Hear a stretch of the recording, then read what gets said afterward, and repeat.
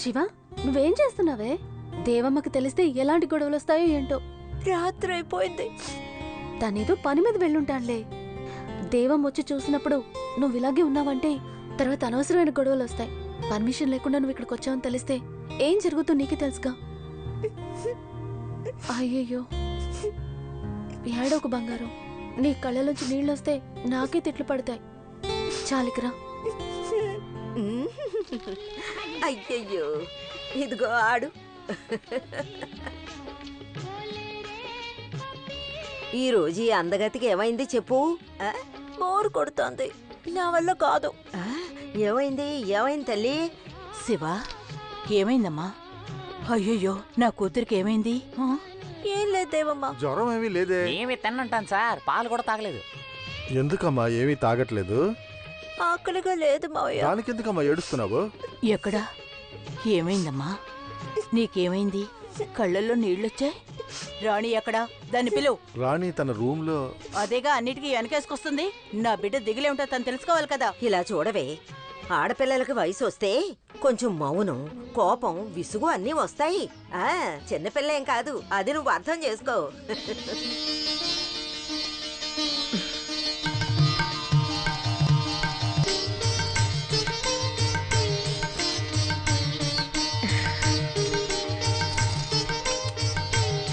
నువ్వింక దిగులు పడుకో.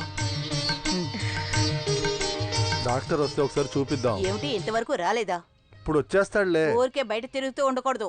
వాడికి కావలసినవి ఏర్పాటు చేసి ఇచ్చింది మన కోసం. వాడెప్పుడు ఇక్కడే ఉండాలి. దూరంగా ఎక్కడికి వెళ్ళుండలే. ఏది ఊహించలేదు. నీకు భారంగా ఉండకూడదు. అందుకోసమే నేను దీనికి ఒప్పుకున్నాను. అన్నీ తెలుసుకుని ఒకడు రావాలి కదా. సదానందం ఇంతకు ముందులా కాదు. మనం ఇది త్వరగా జరిపిద్దాం. నాకు కూడా ఇష్టమే, కానీ దేనికైనా కొంచెం టైం కావాలిగా. నేనిక్కడ బాగా ప్రాక్టీస్ చేస్తున్న టైం ఇది. ఇలాంటప్పుడు క్లోజ్ చేసి వస్తే. ఇది బాగుంది. నువ్వు ఇంకిక్కడే ఉండాలనుకుంటున్నావా? అవును, ఇంకా స్నానం చేయలేదా? ఇది విన్నావా సదానందం? ఇప్పుడు వీడు మన ఊరికి రాడట. వీడికి భయపడే కదా నువ్వు ఊరు వదిలేసావు. ఇప్పుడు మనతో సంబంధం కలుపుకోబోతున్నాడు. మరి రాకపోతే ఎలా? ఇక్కడ నేను ఒక డాక్టర్ని కదా, అక్కడికి వస్తే అలా ఉండలేను కదా. అవును, డాక్టర్ వాళ్ళని ఎందుకంత పట్టుదలా? పచ్చళ్ళు నమ్మడం మంచి వ్యాపారమే కదా.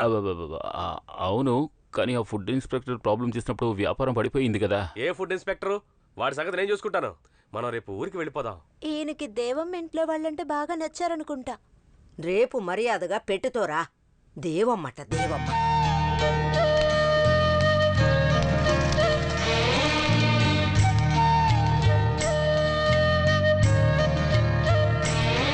ఎక్కడికి వెళ్ళిపోయారు మీరు? ఊరు నుంచి బామ్మ సిస్టర్స్ వచ్చారు. ఎక్కడ? వాళ్ళు హోటల్ రూమ్ లో ఉన్నారు. నాతో ఒక మాట చెప్పి వెళ్ళుండొచ్చుగా. మరెందుకు ఇక్కడికి తీసుకురాలేదు? అది తర్వాత తీసుకొస్తాను.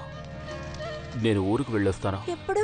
ఈ రోజు వెళ్ళి కొద్ది రోజుల తర్వాత వస్తాను. మీరు రారు, నాకు తెలుసు.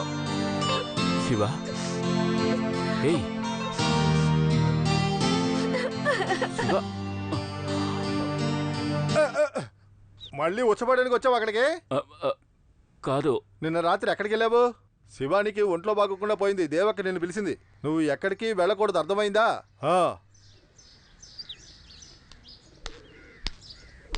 శివ, శివ, ఏడోకు శివ. విషయం ఏంటో చెప్పు. ఇక్కడి నుంచి వెళ్తానన్నారు. ఎవరు? రమేషా? మర్చిపోను. అయినా మర్చిపోవడం వీలవుతుందా? మీరు ఊరికే చెప్పేస్తున్నారు.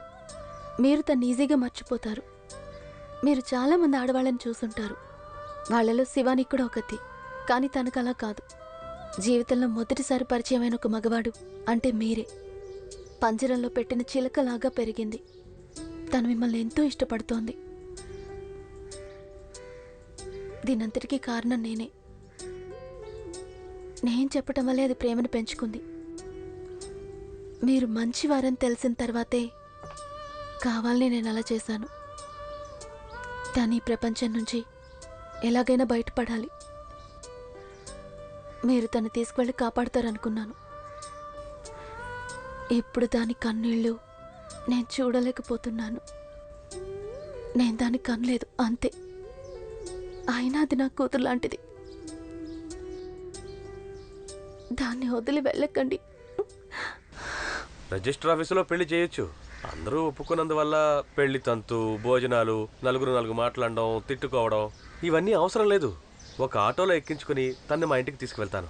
కానీ బామ్మగారు ఒప్పుకుంటారా? అదే అసలు సమస్య. సదానంద్ చెప్పి తనకు అర్థమయ్యేలా. ఎవరు? సదానంద్. ఏంటి? సదానంద్ బావా.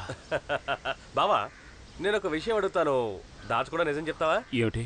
నీకు ఇక్కడ ఏదైనా కనెక్షన్ ఉందా? కనెక్షనా? కనెక్షనే. కనెక్షన్ ఉందనుకో, ఎద్దులా తిరుగుతూ ఉండడమే. గానుగెద్దులాగా అదే వరుసలో తిరుగుతూ ఉండాలి. పెట్టి తీసుకొస్తానని వెళ్ళిన వ్యక్తి ఇలా ఖాళీ చేతులతో రాడు కదా. ఎవరా అమ్మాయి? దేవమ్మ కూతురా, కోడలా, మనవరాలా? మనవరాలు. మనవరాలా? అదే మనవరాలు. అయితే పెళ్ళిళ్ళు రెండు ఒకే మండపంలో కానిచ్చేద్దాం. ఇదంత ఈజీ కాదు. కొన్ని సమస్యలున్నాయి. ఎవరితోనూ చెప్పకూడదు, అక్కతో కూడా. చెప్పను. బావా, ఈ దేవమ్మ సెటప్ అంత మంచిది కాదని అందరూ అంటున్నారే. చూసినప్పుడు నాకు కూడా అలాగే అనిపించింది. కరెక్టేనా? అవును, కానీ తను కడిగిన ముత్యం లాంటిది. కడిగిన ముత్యమా? నేను కొంచెం రొమాంటిక్గా చెప్పాను. కానివ్వు. ఇప్పుడు నేను ఏం చేయాలి? నువ్వు ఇక్కడే పెళ్లి చేసుకోవాలి. ఆ తర్వాత నువ్వు ఇక్కడే డాక్టర్గా పనిచేయడానికి బామ్మను ఒప్పించాలి. అంతే కదా? అది ఈ బావ చూసుకుంటాడులే. ఇండియన్ ప్రెసిడెంట్ చెప్పినా సరే మీ బామ్మ ఒప్పుకోదు. కానీ నేను చెప్తే ఉంటుంది. ఎందుకంటే మీ బామ్మకి నేనంటే అంత భయం. ఆ తలని ముత్యం దగ్గరికి వెళ్ళి కడిగిన ముత్యం, ఆ కడిగిన ముత్యానికి ఓకే అని చెప్పాయి.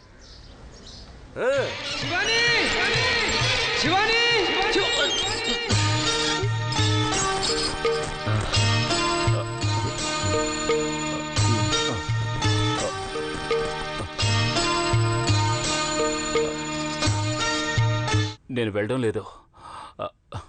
దేవుడా,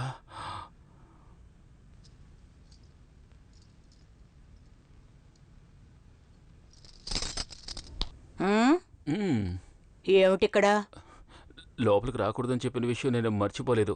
సంతోషంతో పరిగెత్తుకొస్తుంటే కాలు స్లిప్ అయ్యి లోపలికి ఇంకెప్పుడు ఇలా రాను. వస్తాను. మా బామ్మ పెళ్లికి ఒప్పుకుంది. ఎవరితో? బామ్మది కాదు, అక్కది. అందరూ రావాలి.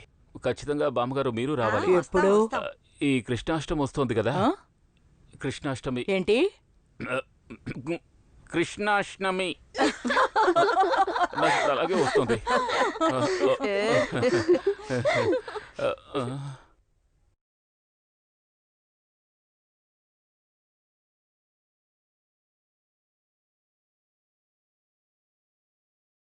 సీట్లో కూర్చొని నిద్రపోండి. ఏంటి బామ్మ ఇది? నువ్వు ఇప్పుడు ఎందుకు ఏడుస్తున్నావు? నేనక్కడ లేకపోయినా సదానంద బావా. సరిగ్గా చెప్పు. సదానందం బావా. సదానంద బావా అక్కడ ఉన్నాడు కదా. ఏం చెప్పక్కర్లేదు. నీకు మాకంటే కూడా ఆ దేవమ్మాయి కదా ముఖ్యం. మేం చెప్తే నువ్వు వినిపించుకోగా. త్వరగా 4 డబ్బులు సంపాదించే దారి చూడు. ఎందుకంటే వాళ్ళ మొహం మీద కొట్టేలా ఇక్కడే పెళ్లి జరిపిద్దాం. ఏమంటావు బామ్మ? అది మాత్రం జరగదు. ఇది నువ్వు చెప్పావు కాబట్టే ఒప్పుకున్నాను. అక్కడ ఒక అమ్మాయిని చూసి పెట్టుకున్నాను. ఈసారి వచ్చినప్పుడు వెళ్ళి చూడాలి. స్టార్ట్ అవుతుంది, రండి. నేను ఎక్కుతానులే.